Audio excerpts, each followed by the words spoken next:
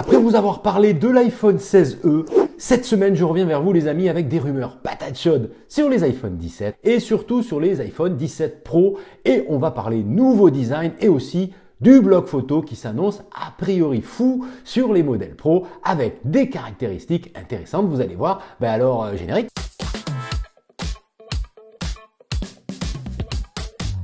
Salut à tous, c'est Gigacontent, j'espère que vous allez bien, j'espère que tu vas bien. Si tu es nouveau sur ma chaîne, sois le bienvenu. Et on commence tout de suite par parler du design des iPhone 17. Va-t-on avoir des nouveautés enfin? Eh bien, selon les fuites présentées par Majin Buu, un analyste des produits Apple, et relayées aussi récemment par John Prosser sur sa chaîne YouTube Front Page Tech, ça va changer en 2025. Et avant de te montrer les rendus 3D proposés par les leakers, je te rappelle que si tu veux changer d'iPhone chaque année, tu peux louer ton joujou chez Next Mobile. Le code promo Gigacontent t'offre un petit coup de pouce. Allez, si toi m'es installé, moi me lancer avec ce fameux visuel, ce rendu 3D qui révèle toute la gamme des iPhone 17, le voilà. On aura donc de gauche à droite l'iPhone 17R, l'iPhone 17, l'iPhone 17 Pro Max et l'iPhone 17 Pro. Je vous rappelle les amis, ce sont des rendus basés sur des rumeurs, c'est pas la réalité, surtout qu'il y a quand même pas mal de choses à dire sur le sujet. Donc selon ce rendu, l'iPhone 17R serait le remplaçant de l'iPhone 16 Plus avec un design basé sur la finesse du joujou.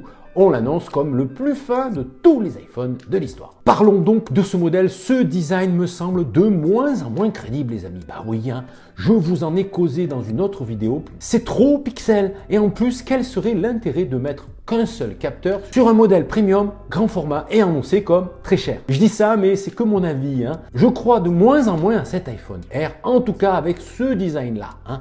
Surtout avec la sortie de l'iPhone 16e. Bon, rien n'est gravé dans le marbre, nous verrons si cet appareil sortira, ce nouveau modèle censé séduire un public à la recherche d'un smartphone fin et léger à suivre. Le second modèle présenté, c'est l'iPhone 17, un design clairement identique à celui de l'iPhone 16. Là, c'est crédible les amis. Rien de neuf chez Apple d'une année à l'autre, là j'y crois. Oui, le bloc photo à la verticale, c'est nouveau sur l'iPhone 16 par rapport à l'iPhone 15. Du moins, un retour en arrière en fait. C'était le cas sur l'iPhone 12, je vous le rappelle. Ouais, l'idée de ce rendu, c'est de montrer un iPhone 16 sans évolution au niveau du design. Voyons maintenant ce que nous propose Majin Buu pour les iPhone 17 Pro. Et là, c'est du changement. Je vous montre aussi le rendu 3D très similaire proposé par la chaîne FTP. Certes, le triple bloc photo en triangle est toujours là, mais il serait intégré dans un bandeau vertical que l'on imagine en verre et aluminium, avec à son extrémité le capteur LiDAR, le micro et le LED flash. Une proposition en quelque sorte bicolore, doute ma bite. Peut-être que le bloc photo pourrait exiger plus de place pour les nouveaux composants imposants, peut-être. Autre nouveauté proposée, un revêtement qui ressemble à un wallet magnétique qui pourrait avoir une couleur différente du châssis, comme un grip peut-être, pour éviter les traces de doigts et offrir une prise en main plus premium, plus organique, peut-être avec un cuir synthétique par exemple, qui sait. Ça pourrait être en fait juste une nuance de couleur plus claire aussi, juste une histoire de couleur. Alors pourquoi pas? Alors que ce bloc photo sur toute sa largeur, là, je vois pas pourquoi Apple ferait ça. Ça servirait à quoi? À part à faire de l'iPhone 17 Pro ou 17 Pro Max une brique de légende. Vous l'avez compris les amis, j'y crois moyen, mais encore une fois, ce n'est que mon avis. La seule piste réaliste de ce bloc photo énorme, c'est un besoin de place pour l'installation de nouveaux composants, comme par exemple un capteur ou plusieurs capteurs plus grands. Donne-moi ton avis dans les commentaires, ça me fait toujours plaisir d'échanger avec toi. Allez, parlons maintenant des nouveautés attendues sur le bloc photo de l'iPhone 17 Pro. Du coup, c'est logique. Et c'est Mark Gurman de Bloomberg qui nous annonce une évolution majeure des capacités photo, mais surtout des capacités vidéo du nouvel iPhone 17 Pro. Dans ce domaine, vous savez sûrement qu'en vidéo, l'iPhone 15 ou l'iPhone 16 Pro, c'est vraiment les meilleurs smartphones du marché. Je parle de la partie vidéo, les amis. On ne s'énerve pas les Samsung fans, les Galaxy, c'est de la bombe aussi. Mais en vidéo, Apple a encore un train d'avance qui pourrait être encore accentué en 2025.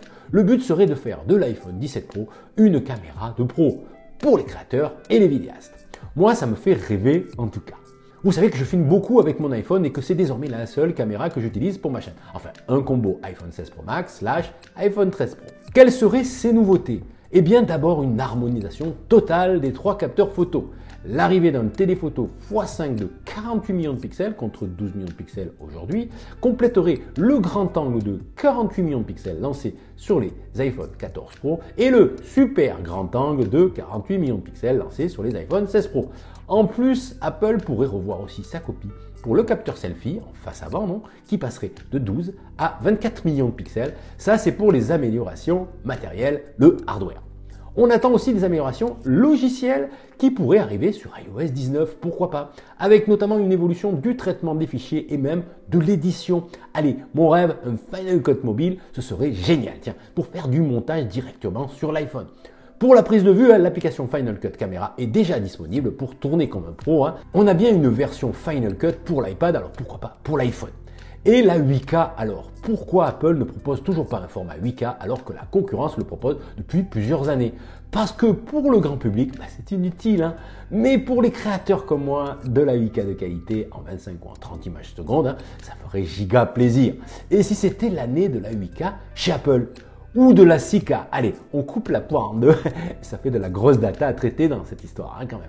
Donc on verra si Apple met le paquet là-dessus. Voyons les autres nouveautés pressenties sur les iPhone 17, je vous en ai déjà parlé. Selon Weibo, l'iPhone 17 Pro Max bénéficierait d'une Dynamic Island plus petite grâce à l'adoption d'une fameuse Metal Lens pour le Face ID. Cette technologie permettrait d'intégrer un bloc dédié beaucoup plus petit, ce qui réduirait d'autant plus la taille de l'encoche. Même si Ming Chi Kuo, un autre leaker d'Apple, prétend que la taille de la Dynamic Island introduite en 2022 sur les iPhone 14 Pro ne devrait pas évoluer. Alors, qui croit? Je vous laisse choisir. De toute façon, c'est un changement mineur selon moi. Le changement du dos de l'iPhone 17 ne viendrait pas du design du bloc photo, mais plutôt du matériel utilisé. Apple pourrait utiliser un dos hybride en aluminium et en verre. Et oui, si on veut améliorer de toute façon le bloc photo, il faut plus de verre, des capteurs plus larges, bref, une belle bosse. Ça rejoint un peu le design qu'on a vu tout à l'heure. Du coup, là aussi, un doute m'habite. On devrait aussi voir arriver les nouveaux modems 4G/5G lancés sur l'iPhone 16e, made in Apple, qui seraient en fait lancés sur certains modèles iPhone 17, pas tous, certainement pour des histoires de stock. On ne sait pas encore si ce composant sera plus performant, mais en tout cas, ça va faire du bien à Apple dans sa quête d'indépendance. Surtout que la relation entre Qualcomm et la pomme est un peu, disons, pourrie. C'est pas la compote, mais c'est pas loin quand même. Concernant la nouvelle puce A19, elle serait toujours gravée en 3 nanomètres par TSMC. La gravure en 2 nanomètres serait pour l'iPhone 18 a priori. Voilà pour cette vidéo sur les dernières rumeurs iPhone 17 du moment. Je suis le sujet de près, vous le savez. Si ce n'est pas le cas, pense à t'abonner pour ne rien rater. C'est gratuit et c'est aussi une façon de me soutenir. D'avance, merci. En attendant, vous retrouvez plein d'autres infos dans mes précédentes vidéos. La playlist apparaît juste ici. Prenez soin de vous, résistez à la nouveauté. À demain ou à plus tard. Salut!